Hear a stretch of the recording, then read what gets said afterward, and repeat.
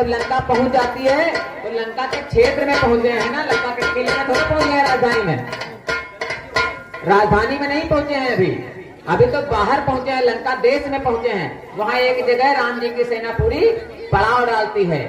और चूंकि ये भगवान श्री राम है, कोई आम व्यक्ति नहीं है, आदर्शों के पुंज है, इसीलिए उनको मर्यादा पुरुषोत्तम कहा गया है। कोई भी एक भी मर्यादा उन्होंने नहीं लांगी अपने जीवन में, तो यहाँ भी वो मर्यादा से न काम करेंगे। तो अब वो करते क्या हैं, अभी भी रावण को अवसर देना चाहते हैं, अभी भी रावण से कहना चाहते हैं कि भैया अभी भी मान जाओ तो तुम्हारा कल्याण हो जाए। अब आगे वो क्या करता है, मानता है कि नहीं मानता है, तो आगे कहानी बताएगी। लेकिन अभी वो राम जी की सेना वहां पर जाकर के पड़ाव डाल ली है और वहां वो क्या वार्ता करते हैं ये आपके सामने।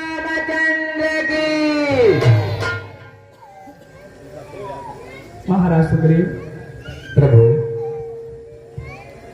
हम लंका देश में शत्रु की भूमि पर तो आ गए हैं, परंतु फिर भी मानवीय सिद्धांतों के अनुसार हमें शत्रु को कम से कम एक अंतिम अवसर अवश्य देना चाहिए ताकि वह अपनी गलतियों को सुधार सके।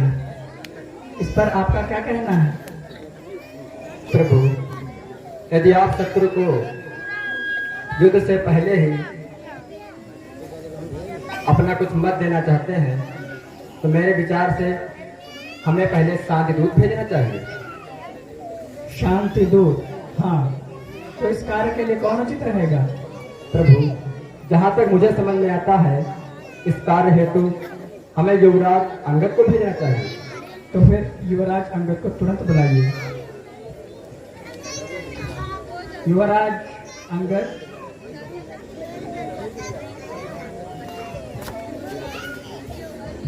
बेटा बात ना करो, बात ना करो। राम महाराज, प्रणाम प्रभु। कल्याण हो। युवराज अंगद जी प्रभु। आज हमने आपको एक अत्यंत विशिष्ट उद्देश्य से यहाँ बुलाया है। आपको रावण के क्षेत्र में जाना है, उसके कुटुंब में जाकर उसे एक बार यह सूचना दे देनी है मेरे स्वयं के शब्दों में कि मैं कोई खून खराबा नहीं चाहता हूँ। युद्ध सदैव भीषण नरसंहार व जनधनी हानि ही लेकर आता है। मैं चाहता हूँ कि इसमें निरीह व निर्दोष लोग न मारे जाएं। इसलिए युद्ध से पूर्व एक शांति प्रस्ताव रावण के दरबार में तुम लेकर जाओ। प्रभु, आपने मुझे इस योग्य समझा। अंगद, तुम रावण के दरबार में जाकर उसे बस एक बात बोल देना, यदि वह मुझसे क्षमा मांगकर मेरे शरण में आकर सीता को शांतिपूर्वक वापस कर देता है तो मैं उसे व उसके समस्त कुटुंबियों, समस्त देश को, लंका देश को, राक्षस कुटुंब को माफ कर दूंगा, अन्यथा भीषण नरसंहार होगा। जो आज्ञा प्रभु। कल्याण हो, विजयी भव। वाह, महाराज, जाने की आज्ञा दीजिए। जाओ अब, विजयी भव। राम जी की सेना में यह प्लान बनता है कि अंगद जाएंगे शांति प्रस्ताव लेकर के, और राम जी के ही शब्दों में वह शांति प्रस्ताव रावण को बताएंगे। शांति प्रस्ताव रावण के दरबार में ले जाने के लिए अंगद को ही चुना गया, क्योंकि सबको लगता है कि अंगद ही कुछ कर सकते हैं। अंगद ले जाते हैं शांति प्रस्ताव।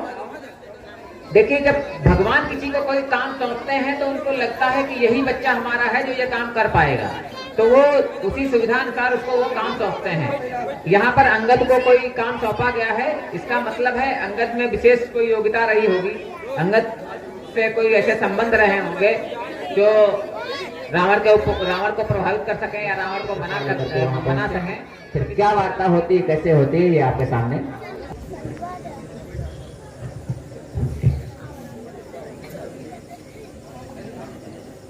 बोल वानर, क्या संदेश लाया है?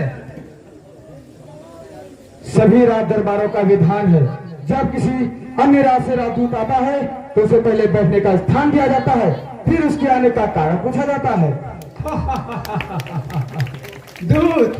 दूत किसी राजा द्वारा भेजा जाता है, किसी भिखारी द्वारा भेजा गया दूत नहीं होता मूर्ख। जोरदार ताली है। आप राजाओं की बात करते हैं, मैं जिनका दूत हूँ वो तो राज राजेश्वर है। मैं उन्हीं श्री रामचंद्र जी का दूत हूँ। वह कौन है? वो हर है, हरि है, शिव है, शंकर है। वह कौन है? वह तो एक दर दर भटकने वाला वनवासी है। तू उसे राजा कहता है भिक्षुक को?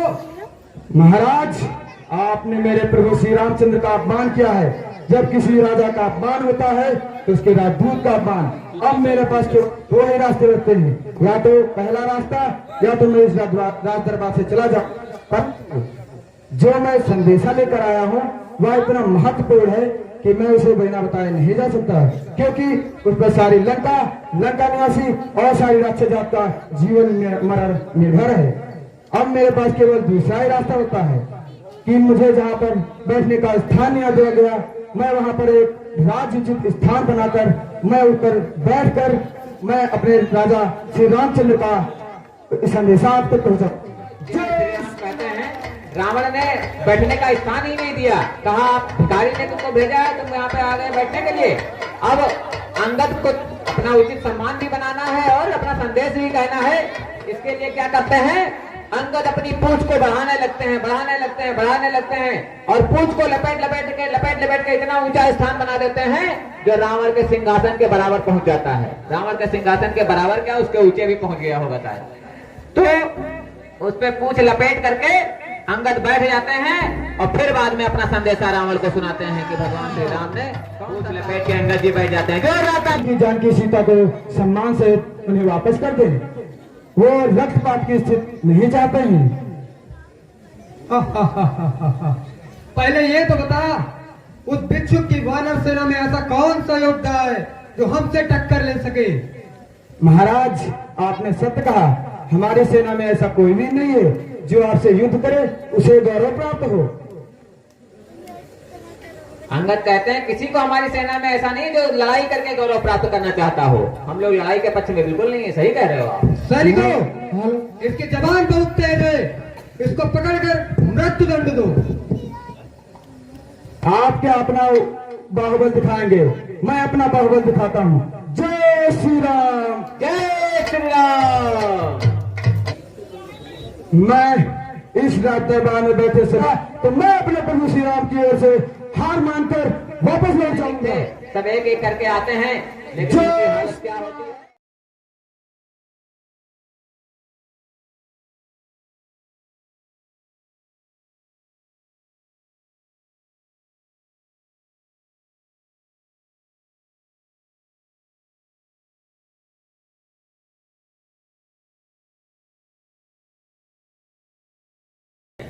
रावण स्वयं आ जाते हैं।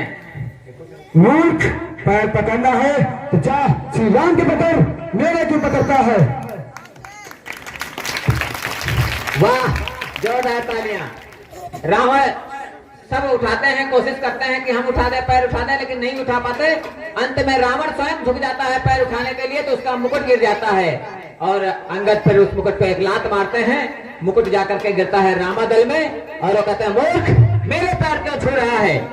पैर ही छूना है तो भगवान श्री राम के छुओ।